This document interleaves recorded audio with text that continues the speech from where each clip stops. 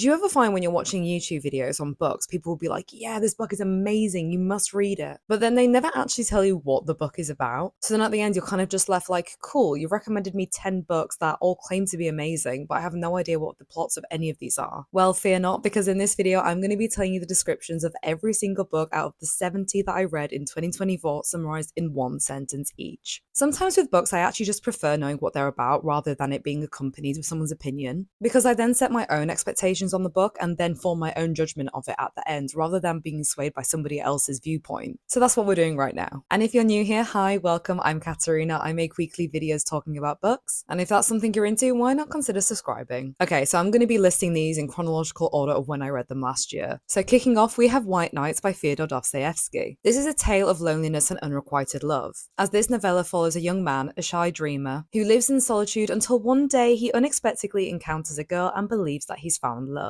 Why We Eat Too Much by Andrew Jenkinson. Using 20 years of research, the author examines how the Western diet has impacted our appetite and metabolism, ultimately exhibiting how current nutrition affects our body weight and why modern fad diets don't work. Atomic Habits by James Clear. This is a practical guide on how to implement small changes into your everyday life to form good habits and also to break bad ones, using strategies and techniques backed by neuroscience and psychology. Crime and Punishment by Fyodor Dostoyevsky. Following a destitute and desperate former law student who believes himself to be beyond the conventional moral law, suffers from guilt and remorse after he commits an act of murder and then embarks on a cat-and-mouse chase with the police. Heaven by Mieko Kawakami. This is a Japanese novel that follows two kids that are relentlessly bullied, and where they both choose to accept their suffering in complete resignation, they also seek explanation between them to make sense of their experience. I'm a Fan by Sheena Patel. This is about a British woman who is obsessed with her toxic situationship along with all the other girls that he's dating, therefore becoming their fans. It includes commentary on social media, influencers, and status anxiety.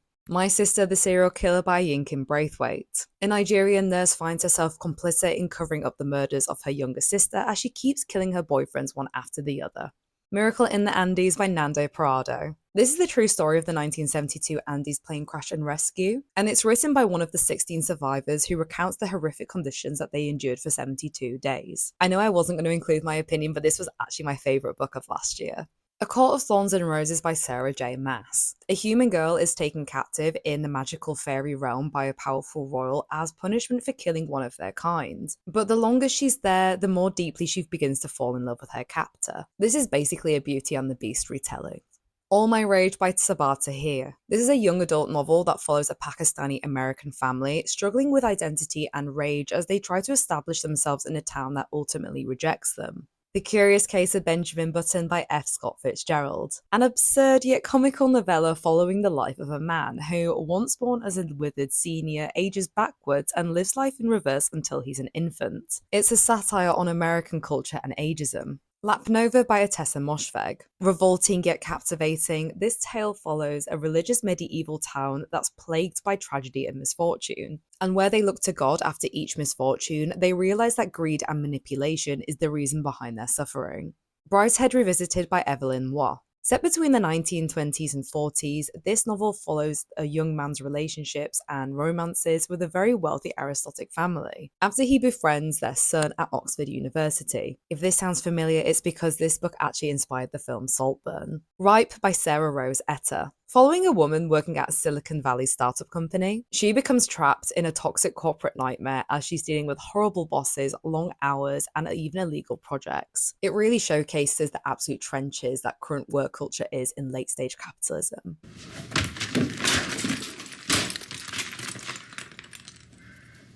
Notes on Heartbreak by Annie Lord. This is an autobiographical memoir of a young woman's relationship and breakup with her ex-boyfriend, recounting their initial meet-up, the ups and downs throughout their relationship, and their eventual parting of ways. Days at the Morisaki Bookshop by Yatoshi Yagisawa. This is a Japanese novel that follows a heartbroken young woman who joins her eccentric uncle working at a secondhand bookstore, where she essentially discovers her love of reading and how it fulfills other areas in her life. All the Lovers in the Night by Mieko Kawakami. This is another Japanese novel that follows a woman who struggles to connect with those around her. However, one day she meets a man that forces her to confront these new feelings and discover who she really is. I Who Have Never Known Men by Jacqueline Hartman. This is a speculative and haunting dystopian novel that's narrated by a woman whose only life she's ever known is being locked in a bunker with 39 other women. The story reflects on her lack of needs and experiences and what truly makes her human. Mother Thing by Ainsley Hogarth. This is a domestic horror novel that follows an absolutely unhinged housewife, going to the most extreme measures to rid of her toxic mother-in-law's ghost after her spirit refuses to leave the house. Spring by Ali Smith. In a story of migration, identity, and grief, we follow a mourning TV director, a troubled immigration officer, and a gifted schoolgirl, all crossing paths in navigating through political discourses intertwined with personal troubles. The Covenant of Water by Abraham Verghese. Set in India, this story follows 3 generations in a family that all suffer from a very peculiar affliction. In every generation, one person dies by drowning. The story explores grief, tradition, and sacrifice. I Am Not Your Negro by James Baldwin. Based on Baldwin's unfinished manuscripts along with his other works, letters, and interviews, this is a visual essay on the author's observations of the history of racism and the struggle of civil rights in the United States. Less Than Zero by Bret Easton Ellis. Following a college student returning to LA for the winter break, he finds himself immersed in the materialistic and nihilistic culture of the wealthy youth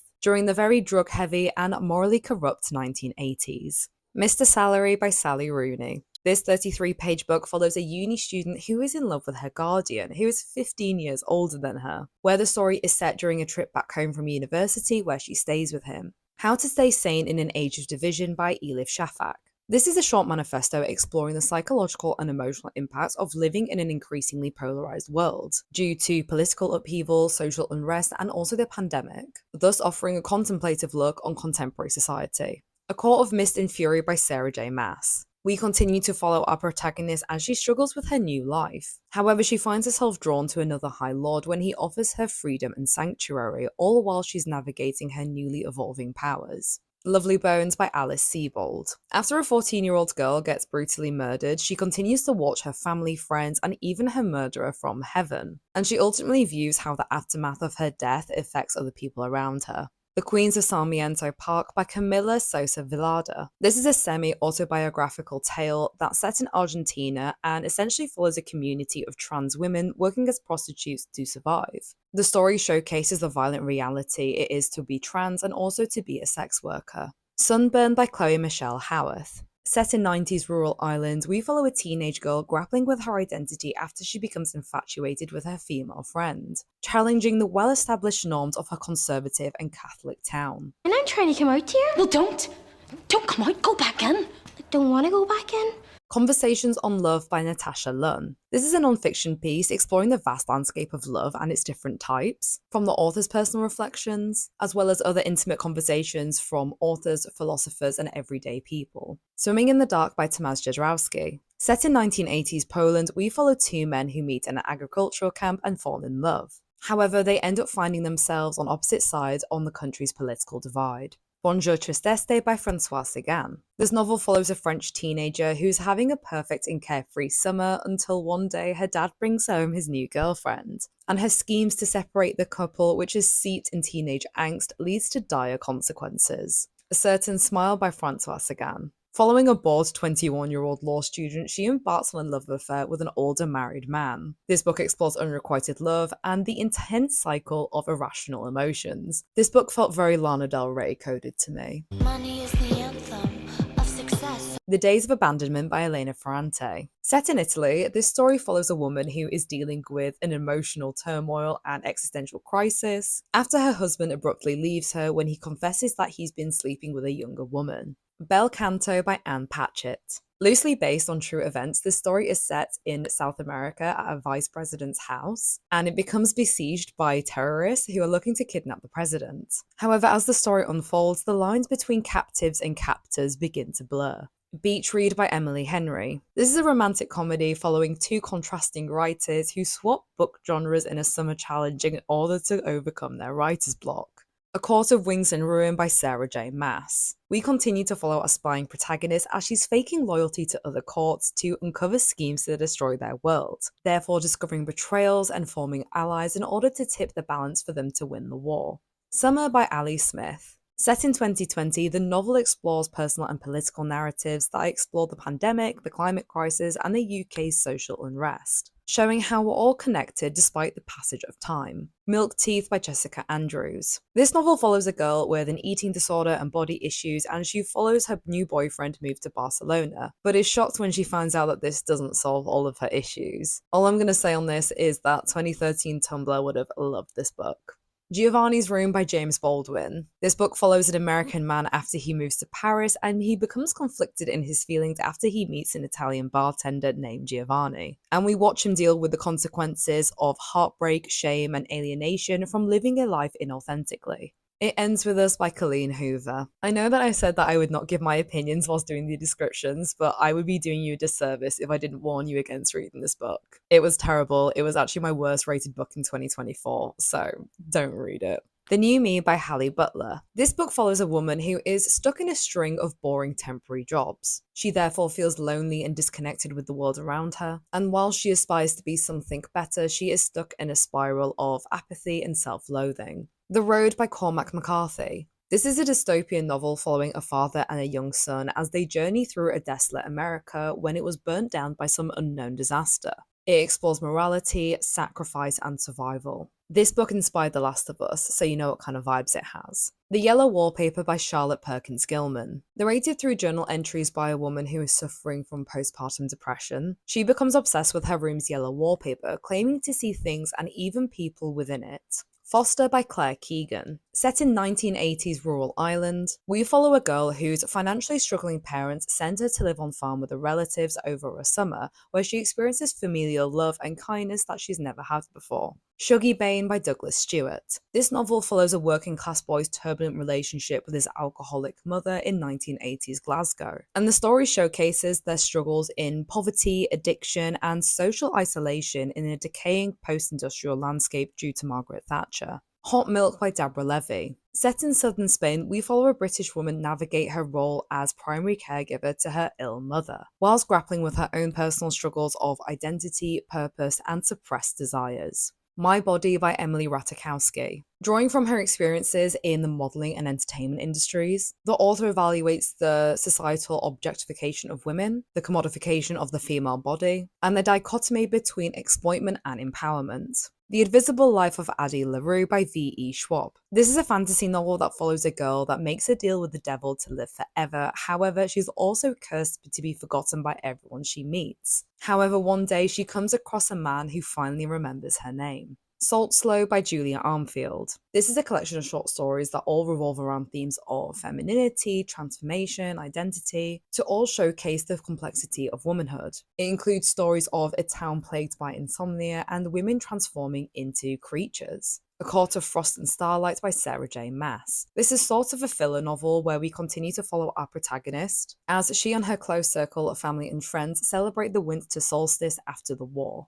The Haunting of Hill House by Shirley Jackson. This is a gothic horror novel revolving around 4 people visiting a haunted house in order to study its mysterious history and alleged paranormal activity. Wayward by Amelia Hart. Set in both historical and contemporary times, this multi-generational story follows 3 women who are all connected by their lineage and their ties to witchcraft. The Stranger by Albert Camus. We follow an emotionally detached French-Algerian murder a man in cold blood without any motive, but his indifference to social norms and expectation lead to his trial and inevitable fate. I'm not sure if I'm going to get demonetized for saying this next title, so I'm going to bleep it out. Why Men Love Bitches by Sherry Argov. Through positively redefining the term bitch as a self-respecting, independent woman, this self-help book explores heterosexual romantic relationships and how women can adopt techniques to gain romantic interest and respect from men. A Court of Silver Flames by Sarah J. Maas. We follow the protagonist's sister and love interest in this novel, and we witness her journey in healing and self-recovery as she handles her trauma and isolation. It also goes without saying that this book has a lot of sweat in it.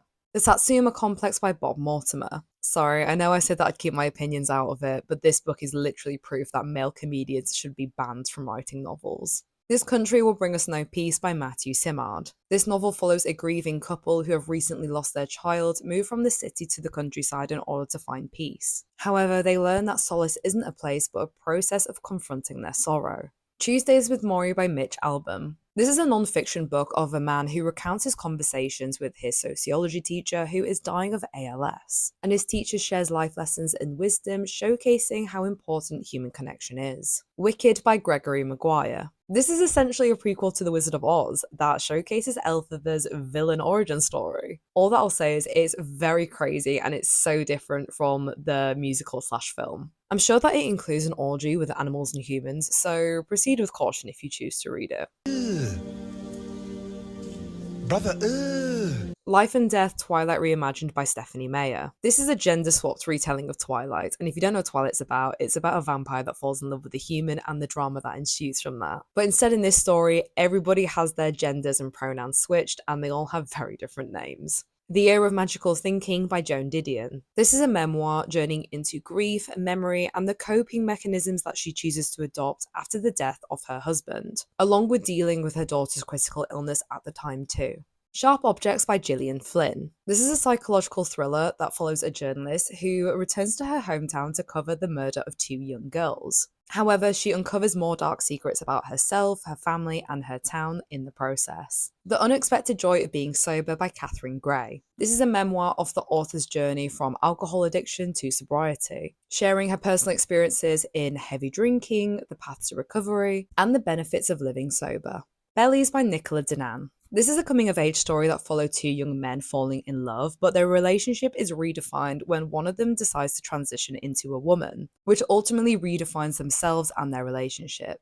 The Forester's Daughter by Claire Keegan. Set in rural Ireland, this short story follows a forester and his wife as they silently endure a loveless marriage, which causes them and their kids to suffer a life of loneliness in order to upkeep public appearances. However, secrets unravel when the father finds a dog in the woods one day. Franny and Zoe by J.D. Salinger. After a college student has a mental breakdown after she realizes the superficiality of academia and modern life, she seeks comfort and solace through religious texts, all while her brother is helping her through her mental breakdown. No Longer Human by Osamu Dazai. This is a Japanese semi-autobiographical novel following a man who feels very disconnected with others around him and isolated from society. This causes him in pretending to be human and therefore leads him down a path of self-destruction.